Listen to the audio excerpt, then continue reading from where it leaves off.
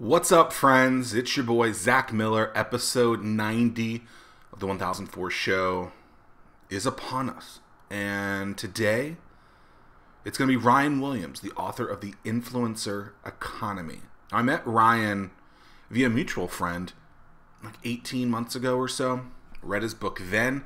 Really liked it. Apparently, I left an amazing review on Amazon as well. But it was very tangible and tactical ways to get influence or to kind of take your personal brand to that next level. What's interesting is I didn't even really realize that I was implementing some of the things that he was saying over the last 18 months or so. And I haven't talked to him since. And recently I reached out to him. I was like, hey, I remember you now. I don't know why I forgot, but let's chat. You know, let's get you on the show. And so that's what we do today. We talk about techniques to get influence yourself, to be seen. And he has this thing called the 3 badass stories, which I really like.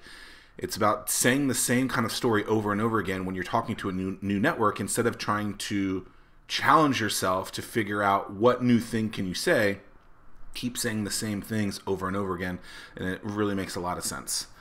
Also, this is a little different. So I'm going to show you a couple of minutes of kind of behind the scenes. I was recording, and I wasn't expecting to use this when I started, but he just started saying some really good stuff. So I asked him a question. He's got a guest on his podcast where it's the second time he's on, so I was asking about that guest. That guest is Noah Kagan, founder of Sumo, and many other things as well. And then, so there's a little behind-the-scenes action, and then we are like, hey, let's go, but we're going to show you the whole thing. So hopefully you guys like this. It's a great interview. It's a great conversation with Ryan Williams.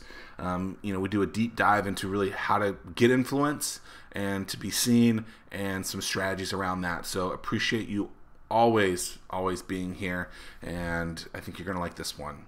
Cheers! Depression episode. Mm-hmm. We talked about mental health, and so I edited that out into a mini episode. So like him leaving Facebook or getting fired type of thing. Yeah, Yep. And really getting into the nitty gritty about his like how he overcomes it on a daily basis. Mm-hmm. Kind of like talking more about like not just having a bad day or a bad mood, but really. Is that the one that just went up today? The one today is like the extended hour and 20-minute one. Got it. Okay. We talked about everything under the sun related to his company. But yeah, the first one was a mini-sode that I wanted to get out there because I knew it was hard to edit that long one. Yeah. Gotcha. Where are you living these days? I live in Los Angeles. Okay. You're still in Virginia, right? Yeah. Was it Newport? Norfolk. Norfolk, that's right. Close. There's a thing called Newport News, so very close. Yeah, military town, right? Yeah. Are you former military? No, I just out of college. I just applied to a job down here and met a girl and decided to stay. And now you're running things there. Now I'm the mayor. No. Yeah, you'll run for office soon enough. No. Never. I'll join your super PAC. Please do. So probably after the last time I talked to you, which was probably 18 months ago, Yeah. I started this show, and Yeah, no idea. This is great. You have a lot of good content. yeah, it's been fun. It started kind of slow. There was like, let's do 1 a week. We were able to do that, and then this year we're like, let's do 2 a week. And so starting June 1st, we'll do 3 a week, and then I think we're going to go to daily by the end of the year. Just because it's been easy enough for me to get this out, or at least shoot this, and I've been talking to people to edit it, and if I can go from taking 5 hours to produce this to 1 hour, it's a little bit easier. So, Are you doing solo episodes? I have not. Well, actually, one thing I just started doing is, so I think I sent you that I signed a book deal. Mm-hmm. And then as soon as that started, I was like, I need to bring back this Facebook page that I had about me, or just kind of like personal brand type of thing. And so I've started these kind of daily Zach Miller live shows that I'm using this tool called Ecamm Live. I don't know if you've seen it. Yeah, that's what yet. I use for my Skype recordings. It's awesome. And so it allows me to do a lot of things on that. And so now I'll just do these live. Sometimes I have guests, sometimes I don't. And so I'll talk for like 10 to 30 minutes, and then I'll take that and upload that. And so under the same kind of podcast, I'm doing this show and then that live show. So we're going to, I think, rebrand the whole thing to something like Zach Miller Says or something like that. But That's cool. yeah, I want ZachMiller.com, but it's not available. So What's your book about? it's called Anomaly: How to Finally Stand Out from the Crowd. Okay. I would say it's about positioning and figuring out what you really love and how you can maybe create a career around that. Positioning is something I think that in your book you've talked a lot about. Yeah, no, I love focusing on that. And I know, one of the reasons why I was asking about Noah is I feel like he's positioned himself very well because he uses these big brands, even if he's been removed from them for decades. And I think it's because people know those big brands, and it's helped. And so, which is interesting because he didn't want to talk about Facebook or Mint.com or any of these other big Silicon Valley jobs. But he uses that in his "This is who I am." Look at me. Yeah, right. Totally. I mean, that's who he is, and that's how we know him. He also positions himself around Tim Ferriss really well. Yeah. Like he dropped Tim's name in the podcast a couple times. So you're gonna get Tim on soon then? I met Tim once, and he wasn't really that interested in collaborating with me. I offered to book him on my show and promote his new book from Tools of the Titan when it came out. Is that the new one? Yeah, and it's the latest one he wrote. And he said, "What's your Twitter?" And he said, if he likes my Twitter, that he would reach out to me. So he didn't like your Twitter. I mean, it was obviously my Twitter was not up to snuff. And yeah, I know. That's a big loss. It's just funny because I did the opposite. My mentality was like, I'm not going to ask him for anything. Mm-hmm. Like, I recognize him. He's, I see him in his hat, his computer. Like, I'm at the airport. I'm like, you know what? I'm just going to say hi. I have a podcast. I dropped some names. And I'm not going to ask him for anything. Yeah. And it was like, oh, he didn't want it.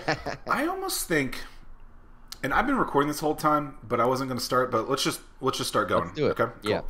I almost think that, and one of the reasons why I started this show was, I think there's a lot of people that are really interesting in the world that no one's ever heard their stories on, and like I don't need to hear. And I respect these people that have become famous for the things that they're doing, but I don't need to hear the same story a million times. I want to find something unique about whoever I'm interviewing, and tell that story, like a story that they've never done before. I 100% agree with my podcast. Before I wrote the Influencer Economy book, I had my podcast, which was a lot of R&D, research and development around online influence, collaboration, and telling stories. And I prided myself on finding YouTube creators that had hundreds of thousands of subscribers. And we've talked about my book before and how I have all these voices that are undervalued in media, and they're not the Tim Ferrisses, the Altachers, or these larger than life personas. They're people that are doing it in the trenches. Mm-hmm. And I found something remarkable was they wanted their stories out there as business people more than I imagined. And so here I am writing a book about influence, and they wanted to be a part of it. They wanted to collaborate. And to your point, we've heard the same story on every podcast. I love Seth Godin. I think he's a wonderful person. He was a great podcast guest. He told the same story on my podcast that he's told on 20 podcasts. Probably and 200. A lot of these, yeah, 200. And then I researched his his talks on Google and YouTube, and he's giving these as keynotes. He talks about the lizard brain and how we have to ignore the lizard brain, and quote Stephen Pressfield. And it was remarkable. And I realized at the same time, all of us can learn from that because most of us undervalue our stories.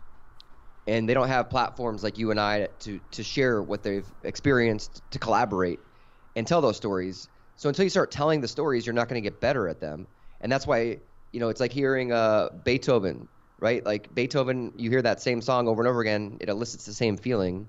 And Seth Godin isn't the Beethoven of storytelling, but he's gotten so good at it that we want to hear from him because it's like hearing the Rolling Stones' greatest hits. So you don't mind that he was telling the same story over and over again? I think it's like it's something that indicative of all of us. We should learn from him and actually have 3 stories that we tell people all the time, and not that we're focused on telling those stories, but we have them in our back pocket so we don't have to freestyle, improvise, and make up stories on the fly. Well, if you think about it, what does it take, like at least 6 times to be noticed the first time? And so you might have to tell that story over and over again. So it's really like an advertisement to hopefully one time get that person's attention. Yeah, absolutely. Interesting. Storytelling is the crux of emotion and getting people to hear your heart, right? Because most of us make purchasing choices based on our heart. We know it's not in our best interest to drink a lot of beer or coffee or smoke that cigarette, but it makes us feel good emotionally. And ultimately, with these storytellers, they hit you in the heart and they really know how to tell the right notes to be inspiring. And we all need to do that. And we don't necessarily need to be a, an Oprah Winfrey level, host and storyteller and collaborator. But if we could think about how to reach people in our industry around our stories, that's what matters at the end, and that's what makes people memorable. I remember when I was reading your book maybe 18 months ago, I didn't even realize it was the host after Walking Dead who had also done what, Singled Out or something like that. Oh yeah, Chris Hartwick. Chris Hartwick, yeah. And I was like, man, this guy has been around the block for so long. I didn't even realize he was the same person. So when you're trying to find these influencers, at one point it sounds like you were looking for the big brands. But what you really found was the undervalued personalities. What was kind of your way of finding those people? And then how did you recognize that this is someone that I want to tell their story? It really all went back to when I was at Machinima, a gaming startup in LA. We got acquired by Warner Brothers about 2 years ago. And we were a YouTube network getting 4 billion video views a month. People playing World of Warcraft, Call of Duty, doing vlogs over that, video blogs. And what was amazing and inspiring about these people were they had hundreds of thousands of YouTube subscribers. And Notch, the Minecraft creator, he came to our office one day and we did a live stream. It's a funny story. He was going to Mexico, and for those that don't know, Minecraft is this amazingly popular game, and it's like Legos on your Xbox. Have you played Minecraft? I have not, but my nieces have, Yeah, your obviously. nieces, nephews. Yeah, totally. And most of our family members have under the age of 12. So we convinced this guy Notch to go to our office. We did a live stream with him where he played on a server with all of our YouTube influencers. They made content around that, and we crashed Minecraft.com. And little did we know, 3 years later, it got acquired. Was going to get acquired by Microsoft for $2.5 billion. And we were at the epicenter of this phenomenon. And I realized that influence is derived through making a dent in the world or on the internet or outside of the internet. And when I looked at Kim Kardashian's tweets and Ryan Seacrest's Instagram and Ashton Kutcher's Twitter, I found that celebrities get about less than 0.5% conversion on Twitter, but machinima influencers got close to 10 to 15%. And that's when I realized that Moneyball. What do you mean by conversion in that case? Clicks. Okay. So I used Bitly. It's very nerdy, technical. People apologize in advance, but I used these Bitly links that were tracking the amount of clicks per tweet. And so I did a bunch of data algorithms.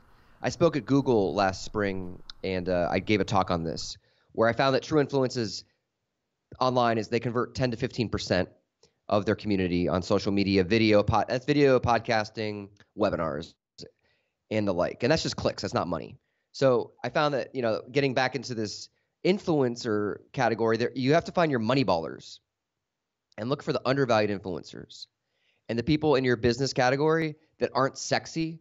And I work with a lot of people to help them launch business ideas and pilot something like a podcast. And everyone, I swear, like 90% of the people want to have Tim Ferriss on their podcast or Dave Asprey or someone like that. And I say, no. Look for the undervalued folks that are like Tim Ferriss, specifically in your niche or your industry. They're the ones more likely to say yes. They're the ones to respond to cold emails. And they're the people that are going to share it on social media on your behalf. And so find those 10 percenters. I call them your core collaborators. And the influencers are the 1 percenters. So the 1 percenters you want to go to later, once you have proved your concept out, once you've, written that book and it's out there and you've been on 10 podcasts or, once you've given 10 keynote talks, then you reach out to Google, because they're the influencer. And so my whole theory is, and the practice and what I work on is you really have to think about only 11% of the internet as your core community. And everyone else, the 89%, are more passive lurkers. They're people that, they come around and they may check out your stuff, but you want to have the 10 percenters are your core collaborators. Those are the people that are like going to your happy hour, thinking about a bar mentality. You go to a happy hour and you get drinks and you come in and you bring friends. So you got to find those 10 percenters, and then you go to pitch the influencers as the 1 percenters. And this is all based on the internet theory of the early 2000s, where Wikipedia is created around there's 1% of the people that use Wikipedia that make the content, and there's 10% that curate the content, and 89% are lurkers, and they're casually just using Wikipedia. And I've applied that model to anyone launching a business or being entrepreneurial or piloting a new idea. And so you would then go to those more influential people because you have a track record at that point, and you can say, here's all my stats? Absolutely. Interesting. So is this the story? Is this one of your 3 stories that you tell over and over again? Part of it. The Minecraft story is one of the main stories people need to have is a badass story. And can I say badass on this podcast? Sure. It's a word in the English dictionary, I believe. Yeah, it's like not the worst word in the world. So everyone needs 3 badass stories. And that's every meeting, every pitch, every webinar, whatever you're doing. So what makes it, how do you define badass then? Badass is a story that is I'll tell you the first story is going to be what I call your underdog story. It's like a tearjerker story that you overcame an obstacle as an outsider. And you were not insider, you were an outsider. And then you overcame it, and people can resonate and they love you. And a lot of TED Talks, I've analyzed hundreds of TED Talks. They start off with that underdog story, and then they pivot into what I call your badass authority story. So is the underdog piece in that like, hey, I've been like you? Exactly. Got it. I've been there. I was in my I've been in your shoes. I know it's a terrible thing. Empathy. Yeah. Right? Empathy for you and yourself and others. And I'm in your shoes. Totally. Like I've been there before. I've been confused. I've been an entrepreneur living in California. And these aren't contrite stories. I call them authentically inauthentic or inauthentically authentic.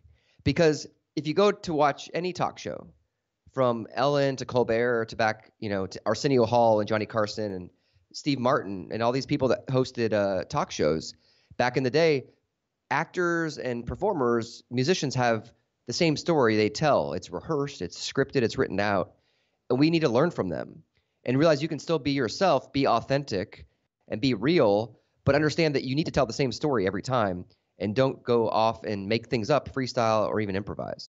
Interesting. Okay, so the first one is underdog story. So we're talking 3 badass stories. The first one's underdog story. What's the next one? First one's underdog. The second one's your badass authority story. Okay. And that's where most TED Talks go after the underdog. They say, I'm an introvert. Let me tell you about the undervalued traits of introverts. We've all seen these TED Talks. Let me tell you about authenticity. Let me tell you when I was inauthentic at first, and then I'll go into the research around authenticity. And so for that story, it's what can I teach someone in the room that I'm in at that very moment that I am very specialized in, where they can walk away and tell their friends, their colleagues, their significant other, and get what I've done. And for me, that's my Minecraft story. I tell that story every other day. Because it's so cool because you crashed Minecraft and then they sold? We crashed the server and we launched it with influencers. It helped me pivot. I mean, I only told a part of it here, but I pivoted my whole business mentality about it because I realized online influence was making a dent in the world, not being a celebrity. And I live in Los Angeles where everyone wants a quick deal with a celebrity. And I built a company around advising people not to work with celebrities and to work with online influencers. So that was really something I could teach you about. And then I can go into my Google talk around Kim Kardashian's tweets. Then the third story after you get that. But the point for the badass authority story is I want to teach you something. I'm not telling you how much money I made or, I didn't tell you what my companies that I work for were acquired for, right? 100 million was one of them and 16 million was another one by Warner Brothers and Disney, right? So I didn't drop the money. More importantly, I'm not lecturing you. I'm not insulting you. I'm not selling you or pitching you. I'm having a conversation. And everyone needs these, what I call your 20-minute story. Just your 20-minute story. It's conversational. And hopefully you allow the other person to come in and ask questions and create a dialogue. Very cool. And so do you have a name for that third one? The third story is called your fixer story. Your fixer story. Okay. And the fixer story is really about being a problem solver. and you're going to have an opportunity to tell people what you do all the time. This is really your business story that you want to frame in a way where you help others. I help people do marketing. I help people find their online voice. I help people brand themselves. And you want to talk about how you're fixing problems.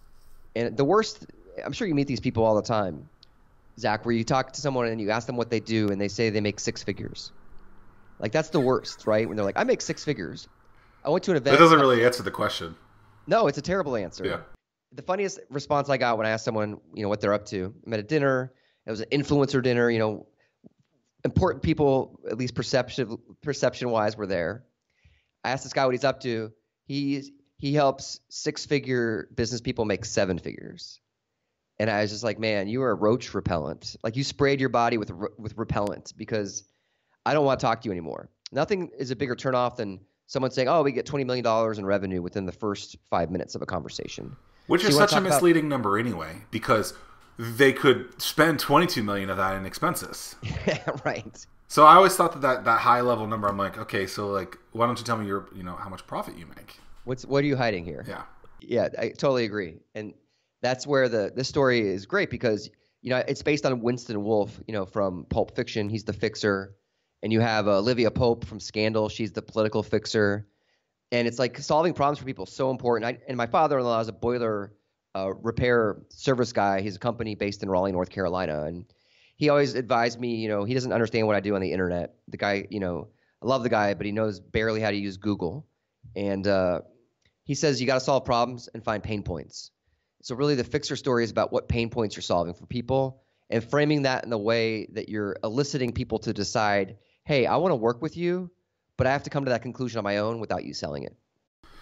So let's put this in my context. So I tell people that I think my big kind of badass authority statements, and tell me if I'm right, or I guess I would need to be teaching someone, but where would I put in like that I've been invited to the White House, that I've raised money from the folks who built the Weather Channel, that I'm a published author, that I've been on the TED stage? Where do I put in all those type of things? Are they a piece of these three badass stories? Are they, because those are like the high level things. Those are too much. You have to pick one to start with. Okay. And so what of those three accomplishments, what would be the most accessible to someone who doesn't know you? What do you mean by that, accessible? Like, what if I never met you before? I know the Weather Channel, I know the White House. Yeah. What are pop culture moments where you can actually transcend? Talking about Minecraft, for example, is one of them. Which of those is something that is very relatable? Interesting. Maybe none of them. No, none of them. But I do say, like, oh, I've hit rock bottom. I've been in a miserable place, but then I figured out how to get through that, through these things, and here are some of the accolades that are there. Yeah, the underdog story. That's interesting. And most of us undervalue our stories. That's one of the inspirations for getting into the storytelling and researching. I have 100+ podcast guests where I've heard these brilliant storytellers, and I realize most of us undervalue our stories, or they let other people tell our story for them, right? So I had a job where I got laid off, and Disney was my employer, and our startup was acquired by Disney. We were launching social media products, putting Pixar Toy Story was the first promoted tweet, which we did, and we were building Facebook apps, and I ended up getting laid off. And I realized in retrospect, as I was crying in the parking lot of a Burbank studio lot on my way to drink margaritas with a coworker, that I wasn't good at telling my story, and my boss wasn't relaying the message to his boss of what I was doing, and there was no transparency. And now fast forward to years later, where I've been able to interact with all these brilliant storytellers, I undervalued my stories then. I still do, but most of us let other people tell our stories, and they don't know what to tell. And so if I'm looking for a job and I'm listening to this podcast right now, I want my friends or my network or my weak ties to be armed with information to help me find a job. But if they don't know what I'm doing or what I'm looking for or how to tell my story, then I'm not going to get that new job. That's good. So how do you position yourself today? It depends on the room I'm in. I interviewed Celeste Heatley on my podcast. She wrote a book called How to Have Better Conversations, and she's a brilliant TED Talk speaker that she turned her TED Talk into a book deal, and was just remarkable in that she's explained to me that when you have conversations with people, you need to code switch, meaning whatever room you're in, you tell that appropriate story. And so in this room that I'm in right now, I would say that, I wrote the Influencer Economy book, and it's all about how to launch, collaborate, and thrive with your business idea in the new economy. And I also am a keynote speaker where I help people understand how to tell badass stories. But really what I'm most passionate about is finding small business owners to medium size that are reaching a point where they need to articulate their story to pitch clients, to give talks, webinars, and scale. Because ultimately, we all want to collaborate, and that's where I realized with the influencer economy is influence is on two paradigms. Like if people can't see this, but there's a line on the left side is being by yourself in your garage by yourself, and the other side of the line is collaboration. And the more you collaborate, the more influence you grow. And that's counter to how we've operated in business the last 50 years, because most of us, we are seduced by Google and Facebook and these Stanford dropouts that have made these booming businesses based in their Palo Alto garage. And that's the worst role model. Like, that's not what entrepreneurs ever should be focused on. And the more you're collaborating with others, and the more, by collaborating, I mean people are opting in to help you. You're not spamming them. You're not sharing it like you would on Facebook. You're building trust and meaning in your relationships. And the more you collaborate, the more you grow influence. And ultimately, I help people understand their own influence to how they position themselves in the world to do things that matter for their company. So is it leveraging someone else's brand that will ultimately help you grow yours? So by promoting someone else or helping them out, ultimately they'll be attached to you and that grows yours? Yeah, I think the branding is part of it because people have to build themselves out where there is credibility. And the larger piece is collaboration. And in the example I love to give is in YouTube. They call it collabing. And I talk about this a lot in the Influencer Economy book, is the collab is when we both go on each other's YouTube channels and make videos with one another. And then we open each other's audiences up to collaboration where I get new subscribers and you get new subscribers. And even if I have 10,000 followers and you have 1 million followers, you're still going to get value through my 10,000 subs. And that's really the art of collabing with influence is the branding is part of it, because you need the brand to sink your teeth into for me to get why I'm going to collaborate. But ultimately it's sharing audiences, sharing communities, helping others through referrals and customers, and growing out your network at the core. So it's like you being on my show and then me then going on your show, and we basically are sharing each other's. That's the collab. Yeah. Have you watched First We Feast, the Hot Ones show on YouTube? No. Okay. So it's probably the hottest and one of the fastest growing shows on YouTube. And so I guess it's the company behind Complex, or the brand Complex. And they have this, I guess, journalist or reporter, whatever you want to call it. And his name's Sean Evans. And he, instead of just interviewing someone and saying, hey, let me just interview you like I always have, we're gonna sit at a table and we're gonna give you progressively hotter hot wings to eat. And then I'm gonna also have to eat those too. So they have like a celebrity, and they're actually probably A-list celebrities. You really have never seen this? No. I think it has like 2 or 3 million subscribers now. I like what Complex does, though. They're great. Yeah. And so what I think is interesting about that is they have found a way to do basically the exact same thing, which is interview someone, but in a way that stands out and is different. And so with you should check out the show. It's pretty good content too. But for you, what would you do to kind of stand out or be the anomaly to get someone to see you? Through which platform? Through your podcast. I think, with podcasting, you got to definitely reach out to the heavy hitters once you gain social proof and create a trust relationship where they know you're legit and you're real, and that even if you have one listener, it doesn't matter to many people that do podcasts. So the core of my podcast is really collab, and getting heavy hitters, because ultimately a lot of social proof comes from having heavy hitters on your podcast. Sure. And having diverse types of guests, not just, authors, not YouTubers. And so social proof, really. I've noticed that your scheduling of podcast is like once a month or fairly infrequent. What's the strategy behind that? Burnout. I was doing it so often, and podcasting it's you can make money from it, but the revenue is the lowest of all my different income streams, and it's the last thing that gets uploaded. So it's really scale. And now that I'm, pursuing other business interests, I'll have money to promote the podcast more. But the podcasting, you know how it goes. It's fun and it's great, but it's really exhausting. And I have 15 episodes. I'm embarrassed to say that I haven't posted yet from the last 16 months.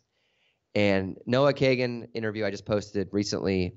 I interviewed him, last spring, almost a year ago, and it's really, really tiresome for me. Do they reach out to you and be like, "Yo, what's up, man? Like, everything okay?" Yeah, like, I mean, people want to know. Yeah, absolutely. But then it's also like everyone gets it if you tell them why. It's not like I'm not gonna post it. And you're editing these yourself? I have an editor, and sometimes I edit them myself. It just depends. But yeah, it's really tiresome. And then I also interview people that I'm not really in love with the episode, and I found that they tell a really bad story. So then, will you air those? It's hit or miss. I need to find a reason to do it. It's the one thing in my life I control. I can't control who I work with. I take clients from all over the world, and I can't control who I even collaborate with, but I can control who I have on my show. So yeah, the idea is I'm going to ramp it up in the next couple months, but yeah, it's been a burnout, and I still have an archive. You can listen to 110 episodes. And that's really one of my goals of the podcast was to have an on-demand channel for people to download something from me right there in that moment if I meet them. Yeah, because hopefully the stuff's evergreen, right? So that your content is there forever, which is what I think is nice about the podcast world. Yeah, totally. It's not about the Super Bowl. It's not who won the World Series. It's, what are practical advice and tips that anyone can use in their life or business for the long run. So you wrote Influencer Economy. I've actually read that. I don't read a lot of books. I remember reading it going, oh, this is really good. Well, what's really funny about that is your Amazon review is still at the top. It is? Of my page. Yeah. It's a great review. Thank you for that. It's awesome. Actually, as I was reaching out to you, I was like, I should probably read this again. I haven't read it again. But I was like, oh, I should probably read that. And as I'm trying to think, where are we? So we're recording this, it's March 6th. So we're kind of in the edit stage of my book right now. And so the thing that we recognized that was missing was kind of case studies. And so one of the things that you did in your book, and I think we are realizing, is we have all this content around people who have done a lot of the things that we're talking about in the book. We should probably share that in the book. And so it's always interesting to think about, like, oh, why aren't we using this thing while we already have this story that no one else is telling? Yeah, absolutely. People, what's really cool is you don't need to do a story on Uber and how they exploded in growth, right? That's what like top tier business authors do. They think they need to do the Google origin story, or like taking typically like a Wharton professor or Duke professor, someone who has a very high academic standing, would write a book with all these big high level case studies. And that's not the way I work, and that's not the way you work. And it's these money ballers, these undervalued assets. I love that. And have you watched that movie? Have you read that book? Yeah, I read the book, when it first came out. And there are so many case studies in this book about people that have, like, I don't know, they were at zero and now making $10,000 a month. Yeah. And so it's like, look, they follow this. That's what they want to do. And by the way, when you're reading this in 3 years, they'll be making, $100,000 a month. So I mean, you can't make $10,000 before you make $1. And that's where, with the influencer economy, that was my goal from the beginning. But now I'm writing a second book on story, and I'm going to reverse engineer a lot of these stories that people I've already profiled, because that's what I realized was the key. Like, you want to grow influence, you need to collaborate, right? You either I grew up in Iowa. Like, there's a lot of barns in Iowa, a lot of silos. You don't want to build in a silo by yourself. You don't want to build in a farmhouse. You want to build in an environment where you can collaborate with people and share each other's opportunities. The true reason why people collaborate with you is your story. That's why you matter, right? Start with Hatch is why you matter. I mean, I hate to say, you seem like a lovely man, but start with Hatch is why you're relevant. And that's your brand, which, we talked about brand sharing earlier, but ultimately your story is what matters. And I know who you are. I know what you do. And ultimately, you are a leader in your community. and that's important. So what's the title of your book again? Anomaly. Anomaly. Cool. When's it coming out? We haven't set a date. Okay. Dude, were you published when you did yours? I self-published You mine. did self-publish? Yeah, this whole world, like, I'm learning so much about being published and what that goes. And so we have not set a date yet. Hopefully we'll set that soon so I can have a good understanding of when that could be. But I don't know. It's fun. Yeah, I'm learning a lot. It's definitely interesting. My book's coming out in Korea in April. The influencer economy or the Influencer economy. Very cool. I had four publishers reach out to me from Korea. No idea why. I got a reasonable offer that my friend was like, yeah, take it. He'd a published book from a big 5 publisher, and his Korea deal was less than mine. And so I'm organizing a tour for April. And that's the kind of stuff that you just put your book out there. Sure. You don't know how it's going to turn out. It's a stamp in the ground or a stake in the ground. And the ROI is not going to be necessarily right away. It could be in 3 years that something big happens from it. So do you make money on your book? I do, yeah. I have about 6 different revenue streams, and that is above podcasting as my 5th as far as most money I make. However, I can give a webinar and sell 50 books on Kindle and make $6 a book. So that hour of my time was definitely worth it. So then when the book then becomes an avenue for you to sell other things? Yes. Interesting. What's your biggest ticket item? I sell a course right now for $1,000, which is about how to it's how to develop your story to pitch influencers and collaborate to scale your business. And that's $1,000. And how many of those people do you think read your book first and then kind of went down that funnel or something? Most people, it's symbiotic. Like they buy the book and then immediately have the course, or they do the course and they buy the book. So very few people were funnel, long term. They were like very short, impulsive. I bought the book and I'm into it now. Do you upsell the course in the book? I can't remember. I don't. Okay. A lot of people do that. I thought it was a little bit disingenuous to just make a book to sell a course, but to each their own. I know I have a guy I'm helping to launch a video game design book, and he's only doing it to get clients, and that's great. More power to him. But that's how your book is. No one will take you seriously, and I wanted to make a book that had a dent in the world, that in 5 years people still would want to read, not just to hire me but like I had a guy from New Zealand reach out to me over Twitter, and I said, how'd you find my book? And he said, oh, it's in an Auckland library. And I'm like, okay, can you take a photo? Like I'd love to see that. And he's like, yeah, let's do it, and he's on board. He can't afford to buy the book because he doesn't have a full-time job. And it's like, that's why I wrote the book. Those are the coolest stories to get. Yeah, one of the things in my book, and I think with yours too, is there's too many like technical books that are difficult for people to comprehend. And I wanted it to be not necessarily the dummy's guide, but a way that anyone could actually execute on whatever they want to do. Are you playing the long game? Yeah, always. Maybe too long. So for someone that might question that, what would your response be? Well, I think that the long game works if you have a runway, and the stress of keeping a long runway is hard. And so I've got to make money in the short run, but then my whole plan was 4 years from the book journey that I would be where I need to be. And it's been 4 years from start. It took 2 years to write the book and 2 years since I've published it. And I'm here now. And so you're where you're where you wanted to be? I mean, I don't think I'll ever be where I want to be, but I have 2 kids and a good life. So yeah, I have no complaints, but yeah, I think I'm still clawing and fighting, and it's still a grind. I'm not getting cold outreach emails to speak for $10,000 at a conference in Beijing, but yeah, life's still really good.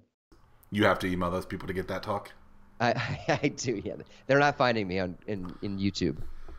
So what is the influencer economy?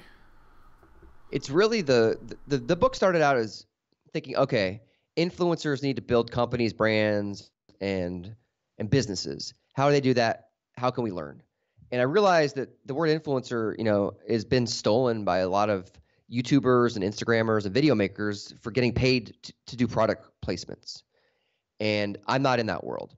I think the influencer economy is empowering yourself to own what you're doing. And that's in three ways. One is you do something that matters as a side hustle that makes a little bit of extra income. It could be 10% more for your family, your life, your business. The second is you do something to find more meaning and fulfillment. So I could launch a company, a blog, a podcast, a course, and make no money, but it makes me feel good and it makes me tolerate my day job a little bit more. And then the third is really that is like the one percenter is I turn that thing into a full-time business. And by no means in the book do I make it sound easy. I don't talk about how simple this is. I say that a lot of these people, with Chris Hartwick, that, to call it back to the Nerdist, he was on Singled Out. He's an alcoholic. He was overweight, failing miserably, and he dried up his act and started a podcast. Now he's making so much more money off doing that and happier and fulfilled. So realizing that the long game matters, because when you pilot something like a podcast, a course, whatever you're doing, right? If you are dissatisfied with your job, it's all about reinvention. And that reinvention isn't going to be going full time. That reinvention could be a side hustle, or that reinvention could be fulfillment. And that's really what the influencer economy means to me, is that we have at the means of our disposals.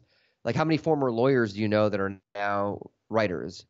You've talked to a huge cross section of people with your podcast. So many of us that are podcasting, this isn't our career, but what led us here, right? I used to do stand-up comedy. I can now use those comedy skills to interview people, or hopefully be interviewed and do well. And so I think that a lot of us are reinventing ourselves in a way that has never been done before, and that's what the influencer economy means to me. It's powerful. What's something about you that a lot of people ask that I have not? What was my first media opportunity? Okay, what was it? I used to call Larry King's radio show as a kid in Des Moines, Iowa. And I had, Larry King is very famous for TV. Before he became on CNN, he had a radio show. And he had a segment called Open Phones America, where he would talk to anyone that would call in. They wouldn't screen the questions. And I had a much higher voice. I was the Red Baron. So I'd call Larry King and say, "It's the Red Baron." And I was like 11 years old. And he'd be like, "Red Baron, hello, I hear you in the sky." And it was a nickname from my favorite pitcher for the Chicago Cubs, Rick Sutcliffe. Well, because I saw that and I was like, well, I wonder what Red Baron is. Okay. And so it came from Larry King. And then I ended up meeting Larry King in Washington, D.C. Multiple times. He took me to dinner with my family. And so I kept calling. I was a regular on Larry King's radio show. And full circle, I moved to L.A., 10 years ago. And I was at Digison, this company that Disney acquired. I see Larry King at a steakhouse. That's his thing. He goes to steakhouses and likes to be accessible and talk to people. And I go up to him, "Hey, Larry, I hate to bother you." He's on his third wife or sixth wife right now, and he's got like young kids, but he's like 75. And it's like, "Hate to bother you, but I'm the Red Baron. I had a much higher voice. I used to call your radio show." And without missing a beat, "The Red Baron, come sit down. Tell my kids about the radio days." And I was like, oh my God, this is too much. I sat down with him for a couple minutes. He's like, no, what are you doing now? And I was like, oh, I'm working for a startup, and Warner Brothers invested in us because we were, building a tech media company in Hollywood. And he's like, "Warner Brothers? I work for Warner Brothers. They own CNN. You're telling me the Red Baron's my colleague?" All of the set, and it's just like, it was like, man, this guy is 70-some years old, doesn't miss a beat. So yeah, that was my first calling in and being a somewhat regular Larry King caller. Was early on in my days. Love it. What's something that I haven't said that you want me to make sure I say? Check out the Influencer Economy book. And if you want to go to influencereconomy.com/coaching, I'll make a custom link, and I'll give people a free download of how to tell those 3 badass stories for your podcast listeners. Love it. We'll have all that in the show notes. I think that's it. Really good stuff. Cool. Thanks, Zach. Fired up. This came full circle. Yeah, man. All right. Pretty Look forward to collabing again. Absolutely. Let me know how else I can help, and we'll talk soon. All right. Later, bud. Cheers. Bye.